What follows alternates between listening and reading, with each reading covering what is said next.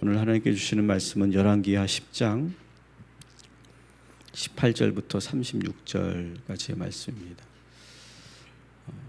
어제 여러분이 보신 것처럼 이제 하나님께서 새롭게 기름을 부은 예후가 북이스라엘 요람 왕과 또 남유다의 아하시아 왕을 이스라엘에서 동시에 죽이고 본격적으로 지금 북이스라엘의 개혁을 시작합니다. 어제도 보신 것처럼 이 예후의 이 국가 개혁은 매우 신속하고 아주 단호하고 그리고 치밀하게 이루어지고 있다라고 하는 것을 아마 여러분 보셨을 것입니다. 어제 내용을 좀 잠시 돌아보면 사마리아에 살고 있던 아합의 아들 70명을 숙청하고 그리고 그 70명의 머리를 이스라엘로 가져와서 성문 앞에 걸어두어서 백성들에게 세상이 바뀌었다는 것을 공포합니다. 그리고 이 모든 일들은 하나님의 명령이고 하나님의 약속대로 지금 이루어지고 있다라고 하는 것을 선포했어요. 그리고 계속해서 이번에는 이스라엘에 남아있는 아합의 가문과 아합을 따르던 모든 신하를 또 숙청합니다. 그리고 이제 다시 사마리아로 올라가던 중에 만난 남유다의 신하들을 또한 죽입니다. 그리고 레갑의 아들 여호나답을 개혁의 상징적 인물로 세워서 그와 함께 사마리아에 남아있던 아합의 모든 사람들을 또한 숙청합니다. 오늘 여러분들이 이 레갑의 아들 여호나답에 대한 그런 내용을 잠깐 제가 소개한다면 이 레갑의 아들 여호나답은 도시에 살지 않는 그러면서 광야에 살고 있는 그런 집단이었어요. 그래서 이스라엘의 전통과 그리고 아주 철저한 금욕적인 생활을 고수하던 그런 사람들이었어요. 그래서 하나님이 바라시던 이상적인 신앙생활을 하던 그런 사람들이 바로 이 레갑 족속이었고 그 레갑 족속의 최고 지도자가 여호나답이었죠. 이스라엘 백성들은 비록 그들처럼 살지 못했지만 이 레갑 족속 특히 여호나답을 보면서 존경하고 그리고 선망하는 그런 사람이었죠. 예후는 지금 이 개혁에 하나님께서 함께 하시는 것임을 보여주기 위해서 이스라엘 백성들이 존경했던 이 레갑의 여호나답을 참여시킨 거예요. 그만큼 이 예후는 이 개혁을 이루어 가는데 처음에 말씀드린 것처럼 아주 치밀하고 신속하고 아주 단호하게 이 개혁을 박차를 가하고 있습니다. 오늘 우리가 보게 되는 18절부터 36절까지의 말씀도 이 예후의 국가 개혁에 계속 이어지는 그런 내용이다 이렇게 볼 수 있죠. 어제 보셨던 이 개혁은 아합 왕조의 정치 권력을 뿌리까지 완전히 뽑아버리는 정치 개혁이었고 이 정치 개혁은 일단 성공적으로 끝났어요. 그리고 오늘 우리가 보게 되는 두 번째 개혁은 종교 개혁, 종교적인 개혁입니다. 여러분도 아시다시피 아합의 가장 큰 문제는 뭡니까? 이세벨을 아내로 맞이하면서 하나님을 완전히 저버리고 바알신과 아세라신을 섬기는 그런 나라로 만드는 것이 바로 이 아합의 가장 결정적인 그런 잘못이고 악행 아닙니까? 예후는 하나님께서 자신을 기름 부은 이유를 잘 알고 있어요. 그래서 그는 사마리아로 올라가서 곧바로 전국에 있는 모든 바알 선지자들을 소집합니다. 그리고 자신이 새롭게 왕위에 오르면서 자신의 포부를 그들 앞에서 밝히는 장면이 18절부터 20절까지 18절 19절까지의 내용입니다. 우리 한번 같이 읽어보도록 하겠습니다. 예후가 뭇 백성을 모으고 그들에게 이르되 아합은 바알을 조금 섬겼으나 예후는 많이 섬기니라. 그러므로 내가 이제 큰 제사를 바알에게 드리고자 하니 바알의 모든 선지자와 모든 섬기는 자와 모든 제사장들을 한 사람도 빠뜨리지 말고 불러 내게로 나오게 하라. 모든 오지 아니하는 자는 살려두지 아니하리라 하니 이는 예후가 바알 섬기는 자를 멸하려 하여 계책을 씁니다. 아멘. 예후가 바알을 19절까지 이런 거죠. 예후가 왕위에 오르면서 내가 아합보다 더하면 더했지 내가 덜하지 않겠다. 이 바알 숭배를 계속 이어가겠다. 그러니 모든 바알 선지자들은 다 신당으로 모여라. 이렇게 명령하는 거예요. 그래서 이 바알 선지자들이 긴장하고 있었죠. 이 아합의 가문을 완전히 멸하는 그 장면을 보면서 대대적인 그러한 숙청이 이루어지는 걸 보면서 이 바알 선지자들이 상당히 두려워 떨고 있었는데 그 두려움을 그 의심을 다 몰아내고 그리고 믿도록 예후 왕을 믿도록 그렇게 만드는 거예요. 단지 자신이 한 이 개혁은 정치적인 개혁일 뿐이지 종교적인 개혁은 아니니까 걱정하지 말고 다 모여라 이렇게 명령을 하는 겁니다. 근데 오늘 19절에 보니까 이 모든 것이 다 예후의 계책이었다. 처음에는 경계하면서 두려워했던 이 바알 선지자들이 이 아합의 왕의 말을 듣고 모두가 모입니다. 한 곳에 모여서 신당 안에서 바알 제사를 드리고 있어요. 그때 신당 안에 있던 모든 바알 제사장들을 어떻게 하는지 우리가 24절부터 27절까지 함께 보겠습니다. 무리가 번제와 다른 제사를 드리려고 들어간 때에 예후가 80명 밖에 두며 이르되 내가 너희 손에 넘겨주는 사람을 한 사람이라도 도망하게 하는 자는 자기의 생명으로 그 사람의 생명을 대신하리라 하니라. 번제 드리기를 다함에 예후가 호위병과 지휘관들에게 이르되 들어가서 한 사람도 나가지 못하게 하고 죽이라 하매 호위병과 지휘관들이 칼로 그들을 죽여 밖에 던지고 바알의 신당에 있는 성으로 가서 바알의 신당에서 목상들을 가져다가 불살하고 바알의 목상을 헐며 바알의 신당을 헐어서 변소를 만들었더니 오늘까지 이르니라. 아멘. 이 예후의 단호하고 또 치밀하고 아주 신속한 개혁은 성공적이었죠. 그래서 하나님도 이 예후의 국가 개혁을 칭찬하며 축복하고 있습니다. 30절을 한번 읽어보겠습니다. 여호와께서 예후에게 이르시되 내가 나 보기에 정직한 일을 행하되 잘 행하여 내 마음에 있는 대로 아합 집에 다 행하였은즉 내 자손이 이스라엘 왕위를 이어 사대를 지내리라 하시니라. 아멘. 여러분 오늘 어제부터 오늘까지 보게 되는 이 예후 왕의 국가 개혁, 여러분 이것을 보시면서 어떤 생각이 드십니까?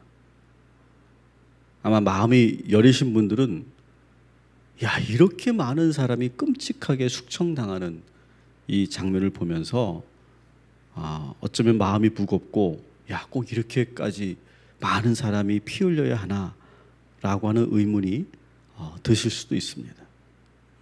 실제로 사실 역사적으로 본다면 이 개혁을 한다는 것은 참 많은 희생이 따르고 그리고 많은 피가 흐르는 그러한 과정이었다는 것을 아마 여러분들도 아실 겁니다. 그러나 어디에 관점을 두느냐에 따라서 이 국가 개혁은 두려운 것일 수도 있고 하지만 많은 희생이 따르지만 단호한 결단이 없으면 불가능한 것이 또한 국가의 개혁이죠. 여러분 오늘날 우리 대한민국을 보면서 어떤 분들은 이 예후처럼 국가 개혁을 이렇게 단호하게 그리고 신속하게 원칙적으로 해야 한다라고 주장하는 사람들도 있습니다.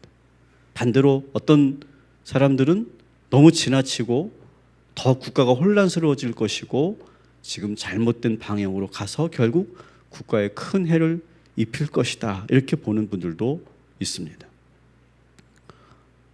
오늘 저는 어느 입장에도 저의 개인적인 견해를 말씀드리지 않습니다. 그러나 저는 오늘 우리가 읽은 이 열왕기하 10장에 있는 말씀을 묵상하면서 오늘의 말씀을 근거로 말씀드린다면, 하나님 보시기에 나라가 정말 더 이상 참을 수 없는 지경에까지 왔다고 판단하시거나 우리 한국 교회가 정말 이대로 두어서는 안 된다고 생각하시면 하나님은 반드시 예후 같은 사람을 들어서 사용하신다는 거예요.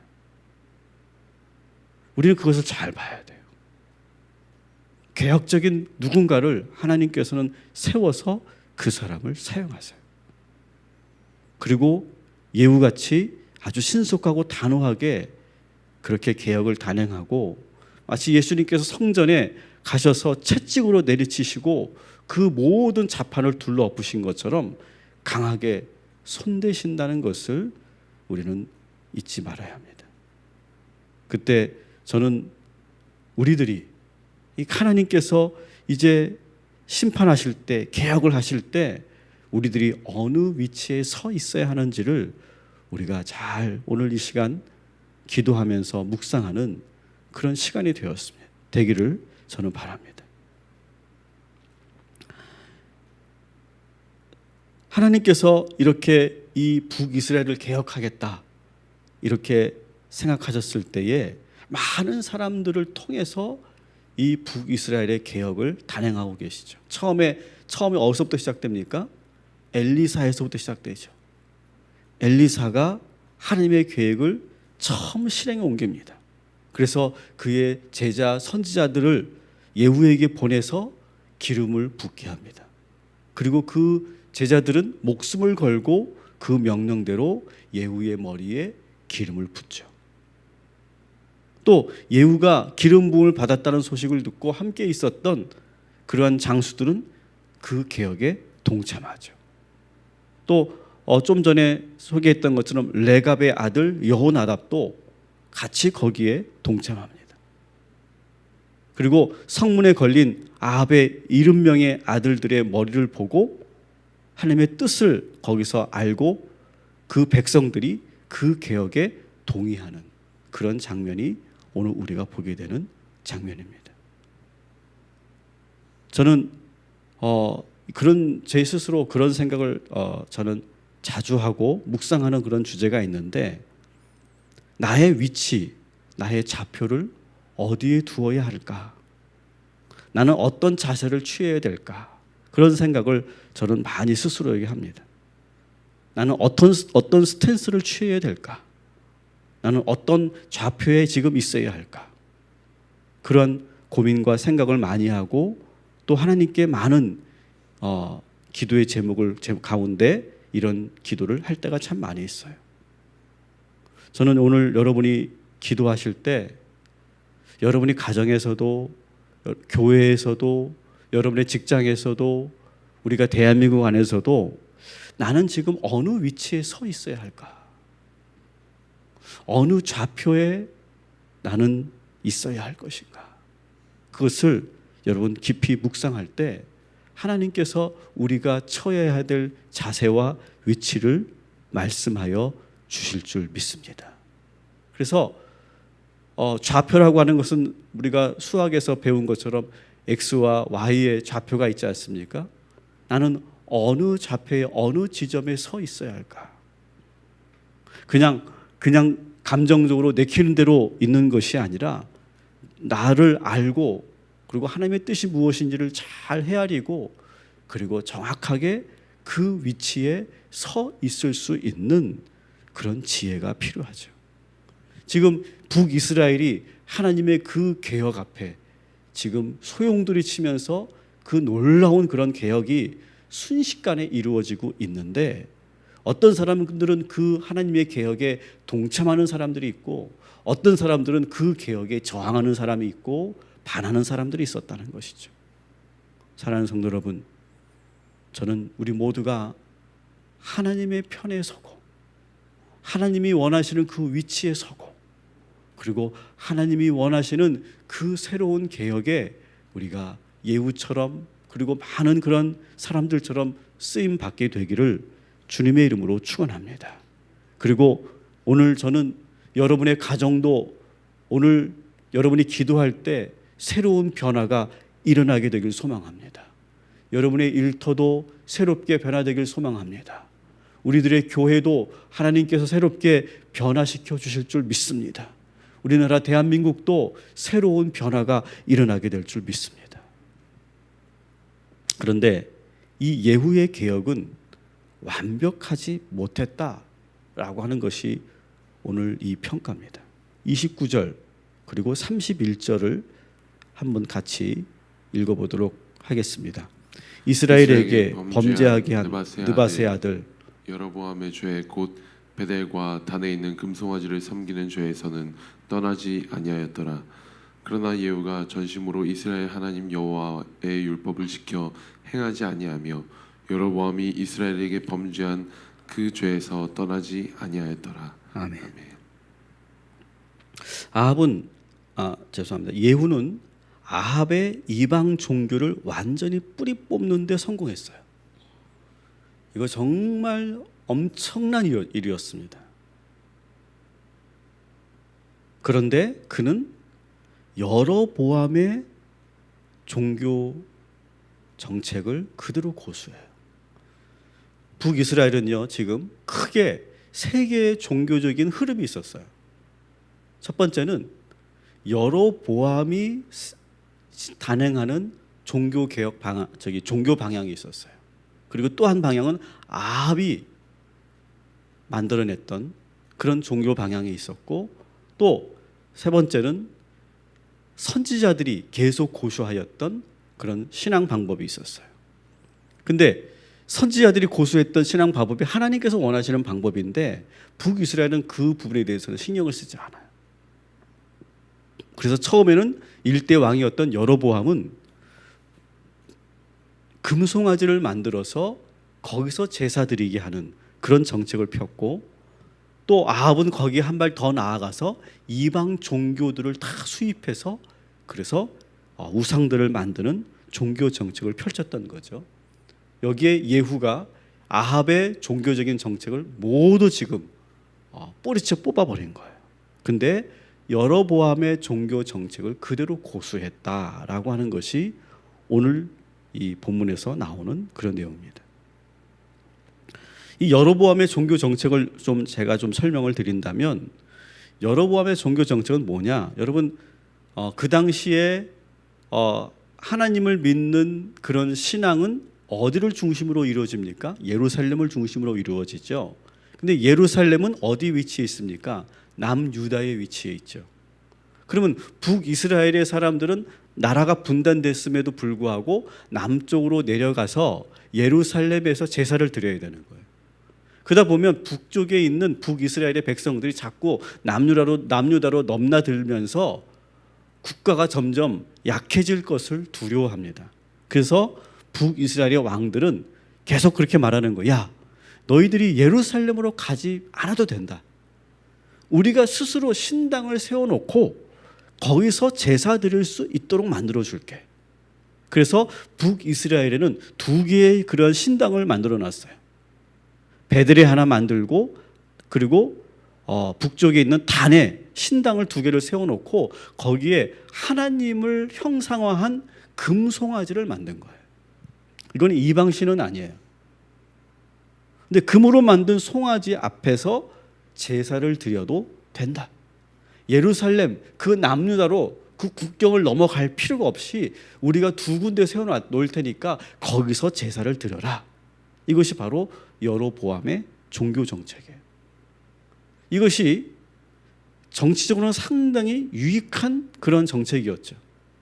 남유다로 굳이 넘어가지 않아도 되고, 그리고 또 모든 종교 권력을 왕권 아래에 둘 수 있는 그런 효과가 있었기 때문에 여로보암의 이 종교 정책은 정치적으로 성공한 그런 정책이라고 그렇게 볼 수 있죠. 그러나 그것은 하나님 보시기에 절대로 허락될 수 없는 정책이었죠. 오히려 이 여로보암의 잘못된 이 금송아지 정책 때문에 국가가 더 혼란에 빠지고, 그리고 분열되고, 결국 그렇게 타협이 이루어지는 순간 아합 같은 사람이 나타나서 바알신과 아세라신을 섬기는 그런 우상 국가가 되어버린 거예요. 그래서 하나님은 이 여로보암의 이 종교 정책을 대단히 싫어했고 많은 선지자들이 여기에 대해서 저항했던 거예요. 그런데 이 예후가 이 국가의 개혁을 단행하는 가운데 있어서 여로보암의 종교 정책을 그대로 답습했다라고 하는 거예요. 왜 그랬을까요? 자기가 왕위에 올라 보니까 여로보암의 입장이 다 이해가 되는 거예요. 그리고 왕이 되어 보니까 자꾸 백성들이 또 남쪽으로 내려가면 그것이 국력에 큰 손실이 생길 거라고 생각했기 때문에 여로보암의 종교 정책을 그대로 고수한 것이죠. 그래서 이 예후의 이 개혁은 반쪽짜리 개혁밖에 되지 않게 됩니다. 그로 인해서 32절에 하나님께서 이러한 심판을 내리시죠. 같이 읽습니다. 이때에 여호와께서 이스라엘에서 땅을 잘라내기 시작하심에 하사엘의 이스라엘의 모든 영토에서 공격하되. 아멘. 그 완전한 계획을 이루지 못하는 예후의 모습을 보면서 하나님께서 서서히 이스라엘의 땅을 잘라내기 시작했다. 다른 성경에 보면 찢어내기 시작했다 이런 표현을 합니다. 주변에 있는 국가들이 이스라엘에 계속 침공하기 시작해요. 저는 이 예후의 완벽하지 못한 이 개혁을 저는 보면서 많은 것을 생각하게 됩니다. 저는 바라기는 여러분들의 가정에, 여러분의 삶 속에 새로운 변화가 일어나기를 원하는데 그 새로운 변화가 정말 하나님 보시기에 완전한 그런 변화, 완전한 그런 개혁이 일어나는 우리들의 개인과 우리의 가정이 되기를 소망합니다. 또한 우리나라도, 우리 대한민국의 모든 교회도 정말 하나님 보시기에 완전한 그런 변화가 일어날 수 있도록 우리가 기도하고 그렇게 쓰임 받게 되기를 주님의 이름으로 축원합니다. 여로보암이 실패한 이유는 뭡니까? 자꾸 계산했던 거예요.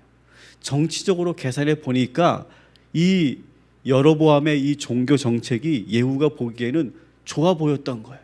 그래서 그것을 답습하면서 생긴 문제였어요. 하나님께서 오늘 주신 이 말씀을 우리에게 보게 하신 이유가 뭘까요? 여러분의 삶의 새로운 변화를 시작하라고 하는 그런 음성이 아닐까요? 여러분의 가정에 새로운 바람이 불기를 원하는 그런 하나님의 간절한 그런 소망이 여기에 있지 않을까요? 여러분의 일터에도 여러분의 삶에서도 놀라운 변화가 일어나게 되기를 주님의 이름으로 축원합니다. 그래서 우리가 오늘 불렀던 찬송가 586장은 바로 그런 새로운 변화 앞에서 어떠한 자세, 어떠한 삶을 살아야 할지를 우리에게 들려주는 그런 가사가 여기에 있습니다. 오늘 이 말씀 우리가 묵상하면서 예후를 들어서 북이스라엘을 새롭게 변화시켰던 것처럼 저와 여러분을 들어 사용하셔서 우리의 삶의 모든 것을 변화시키기를 원하시는 그 하나님의 뜻을 잘 헤아려 예후처럼 반쪽짜리 개혁이 아니라 하나님이 원하시는 완전한 변화를 이루어가는 저와 여러분이 되기를 주님의 이름으로 축원합니다. 기도하겠습니다. 하나님, 우리의 삶은 매 순간순간 변화되어야 합니다.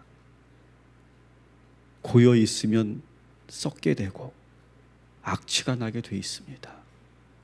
하나님, 오늘 이 시간 우리들에게 예후를 통한 북이스라엘의 개혁을 묵상하게 하신 하나님, 왜 나에게 우리에게 이 말씀을 묵상하게 하셨을까? 깊이 돌아보게 하여 주옵시고 우리가 내 삶에서 어떤 변화를 시작해야 될까? 우리 가정에 어떤 변화를 하나님께서는 원하고 계신가? 우리 한국교회의 하나님은 어떤 개혁을 원하고 계신가? 우리나라는 지금 어떤 방향으로 가야 할 것인가를 우리가 깊이 돌아보고 묵상하는 이 아침이 되게 하여 주시옵소서. 우리가 있어야 될 좌표가 어디입니까? 우리는 어떤 자세를 취해야 합니까? 어떤 스탠스로 서 있어야 합니까? 우리가 잘 분별할 수 있는 이 아침이 되게 하여 주옵시고, 무엇보다 하나님의 눈으로 하나님의 방법대로 서 있는, 하나님의 진리편에 서 있는 주의 성도들 되게 하여 주시옵소서. 오늘도 우리 희강이와 도희와 그리고 다은이를 위해서 기도합니다. 하나님, 이 무더운 여름 우리 아이들 건강으로 지켜 주시옵시고 그 병마와 싸워 이기게 하여 주시옵소서.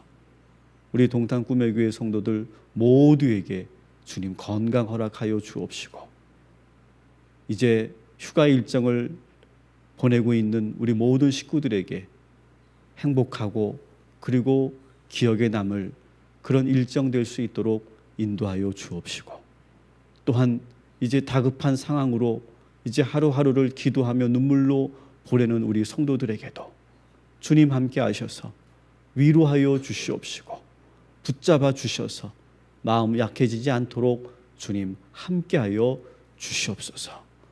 하나님, 하나님께서 또한 이 지구를 우리에게 아름답게 만드시고 주셨을 때 우리가 이것을 잘 관리하고 지키라고 주셨지만 우리 인간이 이것을 잘 지키지 못하여 이 나라가, 이 지구가 몸살을 앓고 있습니다. 하나님, 우리가 우리의 그 잘못을 회개하게 하시고, 그리고 지금부터라도 우리 모든 인류가 결단하게 하셔서 이제 이 지구를 다시 아름다운 하나님의 창조 질서대로 복원할 수 있는 우리 모두가 되게 하여 주시옵소서. 예수님의 이름으로 기도합니다. 아멘.